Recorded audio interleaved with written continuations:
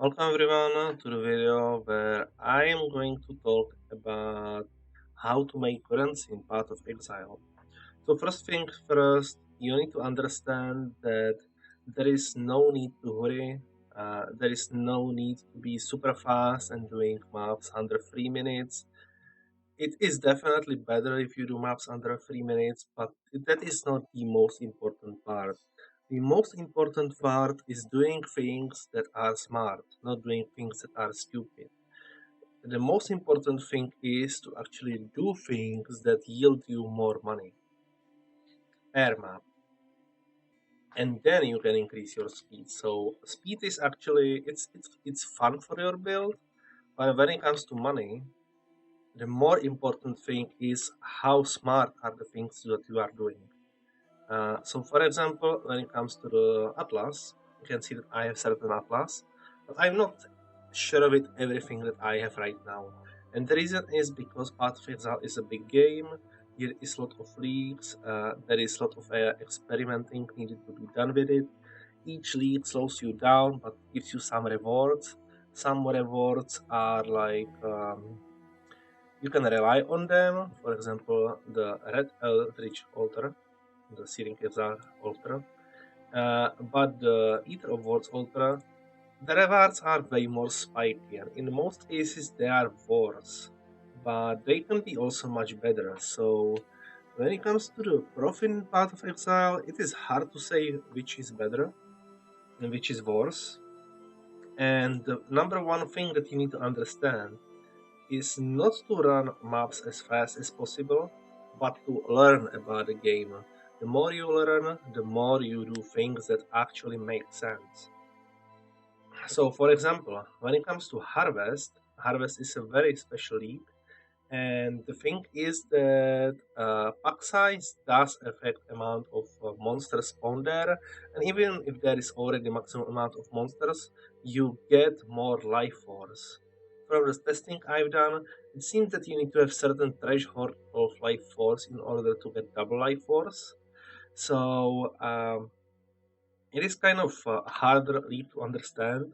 Also, all the nodes they don't seem that impactful. They give you more life force, but that's pretty much it. They'll give you like additional harvest, which can be like 24, like 25% more the life force.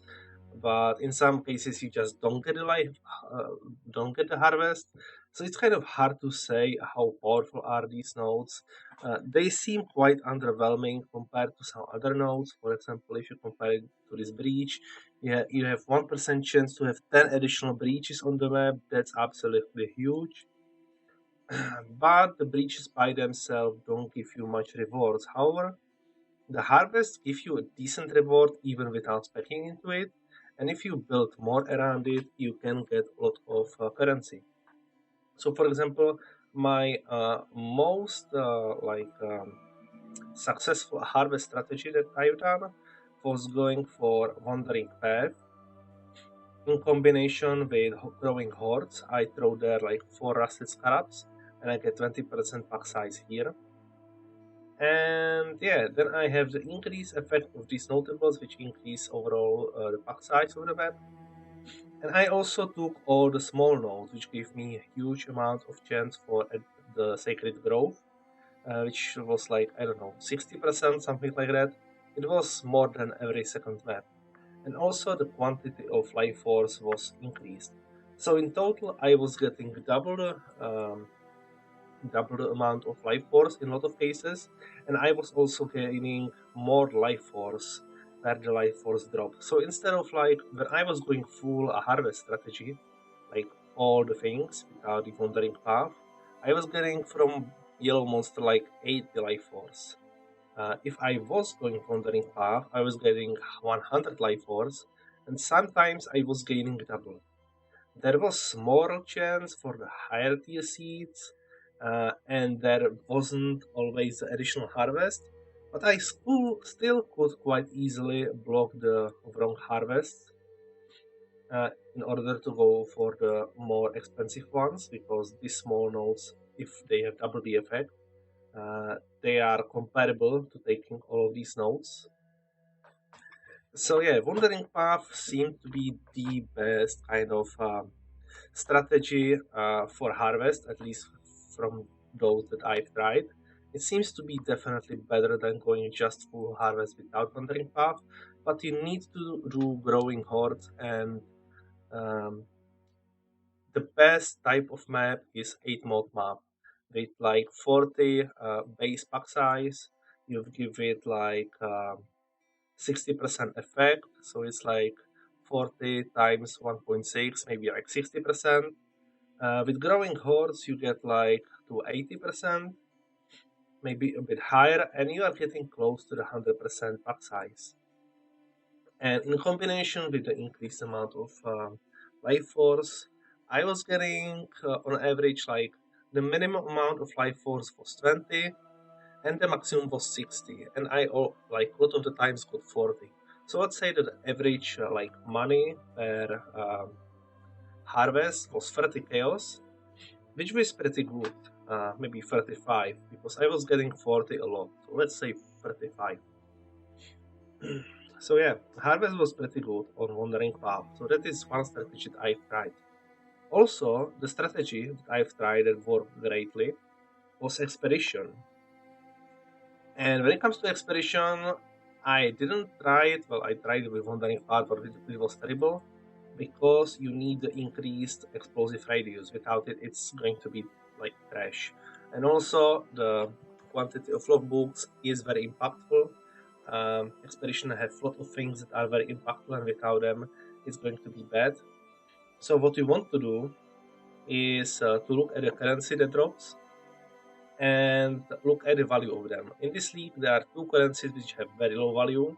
So I'm not taking the guys that are giving me that, and I'm taking the guys that give me currency which have some value. I think that one of them gives me like 3 chaos per currency, and the other is 4. So I've chosen these two as my favorite. And yeah, then I took pretty much everything. The thing that I didn't take is the chance for the league because I'm able to force them with scarabs. So this is expedition strategy, and when it comes to expedition, the reward seems to be very spiky. There is some average that you get a lot of the time, but sometimes you get like only 3 stack decks, which is like 7 chaos. But a lot of the time, like the 7 chaos is very like it's very rare. A lot of the time you get like a minimum of 20 chaos. You get like 3 stack decks and 4 of the high currency. Uh, like from these two guys, which goes like 3 to 4 chaos, and it goes like to 20 chaos. So you get like 20 chaos minimum. But you can also drop like 10 currency items, which cost like 40 chaos in total. You can drop 5 stack decks, which is like 10 more chaos, and you can drop logbook with price of 40 chaos, which is the logbook which I'm dropping the most. It's from 2gen. So you can drop like you can drop almost nothing, but a lot of the time you drop at least 20 chaos. Most often you drop like I would say the average is 35, and sometimes you can drop even like almost divine, because some log books are like when you when there is like the boss, it costs almost 1 divine, and in combination with other items it is even more expensive. But you don't need to be even that lucky to get divine worth of drops. Uh, let's imagine that you get 2 logbooks, each worth 40 chaos, so it's 80 chaos. You get like 15 currency, which is very rare, but it is possible. That each costs 4 chaos, so it's like 60 chaos maybe. And maybe you get some 10 stack decks. So you can maybe get like over 100 chaos very easily. Well, it's not very easily, but it can happen, and it happens sometimes. This is one of the rare things, but it happens. So yeah, I would say that the average return with like full expedition is 35 to 40 chaos. So it's quite close to harvest. I would say that it's like 5 chaos above harvest. When I compare it like the Wandering Path, Harvest in like compared to Expedition. So those are the two leagues which gave me a lot of money. When it comes to altars, I've been doing the Eldritch altar a lot, and the rewards are not very great, but they are decent. Most of the time, I'm picking item quantity with rarity and also currency, like the cards for currency drops. I did this league drop a card which was like uh, 20 divines in price. It was for mirror, like for 19 mirror shards. But I'm not sure if it was dropped from altar, but it is possible. So, yeah, you can be even this lucky. Um, when it comes to the red altar, like experimenting with it now, so I'm not sure how good it is. It seems that on average I have higher returns, but it doesn't seem to be much higher, and some of the mods are more scary, so I'm not sure if red altars are like good for me. I'm also experimenting with incursion and haste, but I still don't know how much this is worth. Now, when it comes to other leagues that I've tested Metamorph, and the rewards are very underwhelming. The catalyst, the most expensive catalyst only costs for chaos. So when it comes to the items that actually drop, you maybe drop like the most expensive catalyst, few more catalysts, which have like in total you get like maybe 10 chaos maximum from the metamorph, and then you drop the organs. And in order to drop the most amount of organs, you need to take the thing that you can assemble the metamorph. Additional time, you need to use scraps in order to each organ have its reward so that you can actually choose good things. And then you need to run maps which have multiple bosses so that you can choose organs which are better or which you don't have. But if you do it, each map you get 6 organs, which can roughly allow you to assemble one additional metamorph uh, per map, but this one is going to be in the laboratory, which is going to be much better, but still quite underwhelming. I did like run metamorph for maybe like 40 maps, and I assembled all the metamorphs that I've collected, and I dropped one divine, and that was pretty much it. So when I compare it to Expedition, which is able to give me like let's say 40 kills per map, like the average I would say is 35, but let's say 40 just for simplicity. Let me actually pull out calculator. So 35 per map times 40 maps is 1400 chaos divided by 220. It's 6 divines. So the expedition can give me like 6 divine per 40 maps, and the metamorph gave me in my case 1 divine. So it seems to be much worse, and I just don't like it because of that. I'm still not sure about the metamorph, but from my testing it seems that it isn't much worth it. Also, I've done some testing on essences, and I thought that essences are absolutely garbage because the highest tier of normal essence is only like 2 to 4 chaos. They aren't very expensive, but you can get so much essences, and a lot of the time, then can upgrade to the higher tier, the corrupted tier, which costs roughly 20 chaos, and you can sometimes get like 2 per map. So if you add it all together, I would say that the average like amount of currency per map is between 15 to 20 chaos, because not all the times you get a higher tier essences, and you need to roll the essences with a amount of corruption, so there is some cost there. You also need to do additional essences in maps, um, through map device, which is 3 chaos. So it's like maybe like 6 chaos investment, and you get maybe like 20 to 25 chaos back each map. So it's like the 15 to 20 chaos per map. It's not that bad, and if you are able to do it fast, it is maybe better compared to expedition, because for expedition there is a lot of monsters that have very nasty mods like block and a lot of damage, but essences are just a little bit easier, but also they have like only half of the rewards, I would say, maybe even less. So essences are decent, better than I thought, but still pretty garbage. um, when it comes to harvest, it seems that going just full harvest trees isn't the best option. You really need to scale the pack size, and maybe going with wandering path is the best option. I also heard that grand design is better, but I've tested it and it seemed worse, so I'm not sure about it. And you can also just try the base harvest, but it seemed quite weak compared to wandering path, which I was doing before. Also, I've done some testing on Delph, and if you are just going down, there are no rewards for you.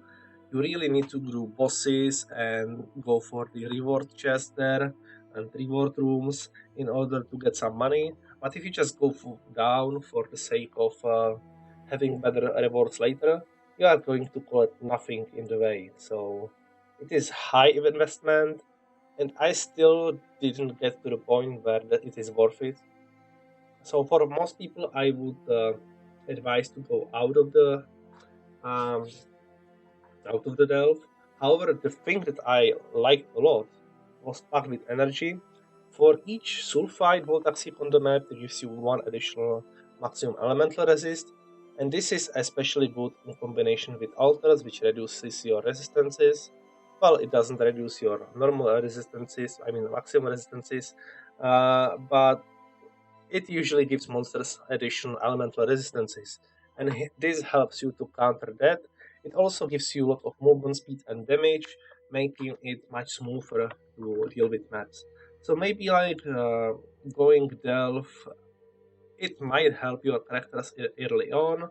You can just prepare the depth for stronger character, and when you are ready, um, you will not utilize it mostly for only the pack with energy, but you will utilize it for the debt money making. But as I said, I didn't make any money in debt, and I got to the point when the delve was like very difficult for my character, so I just kind of abandoned it.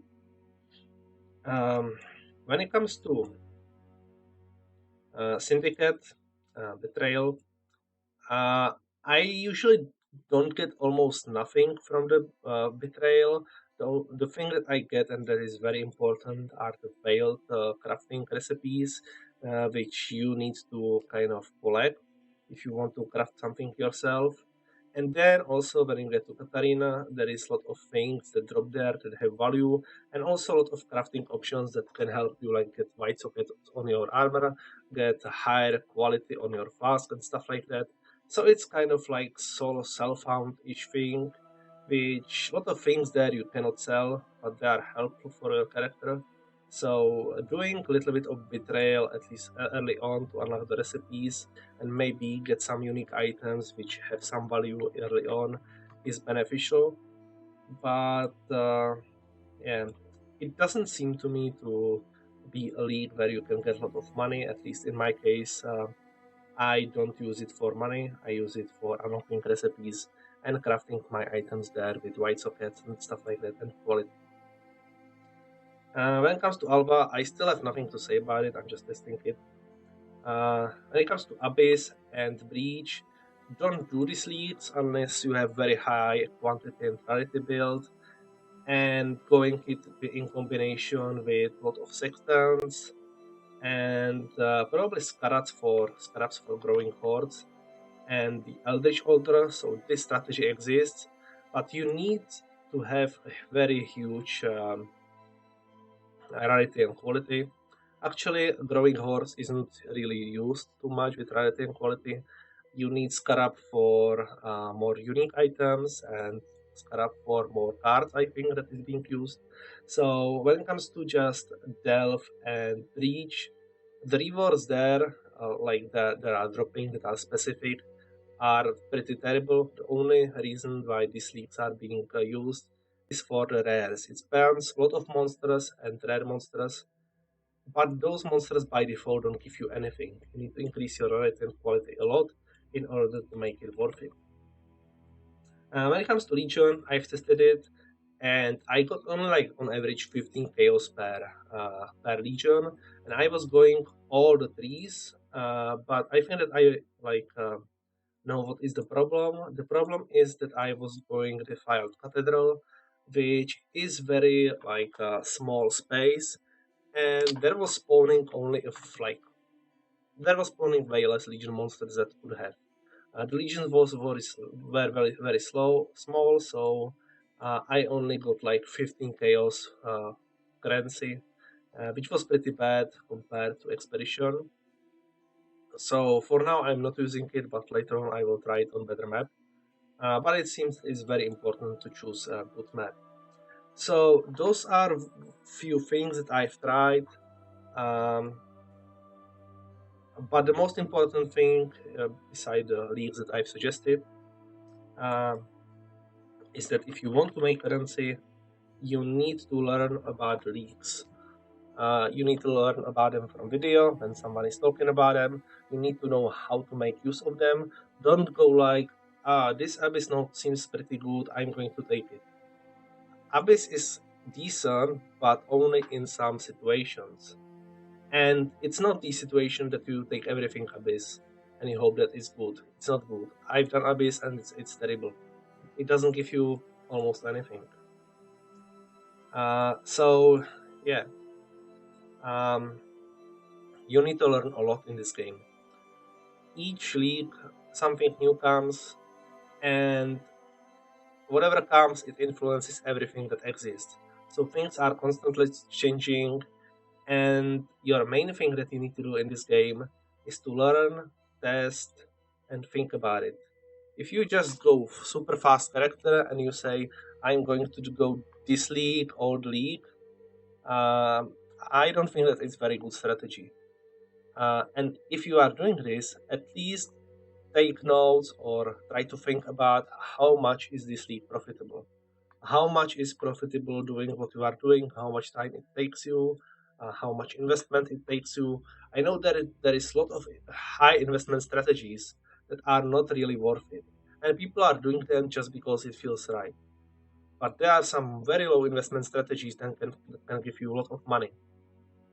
In this league, it's the first time that I went full expedition, and it's not only just that I went expedition. I actually learned what I should do in expedition because I was doing expedition before, but it was quite weak. But this league, I know what chest to explode. I know that the remnants are important. I learned more about the league, and just this improved my profit from like 15 to 20 chaos to 35 to 40 chaos. Also in combination with better scarab. Um, so yes, this is something that you should learn. Learn how to make money and think about it. Thanks for watching.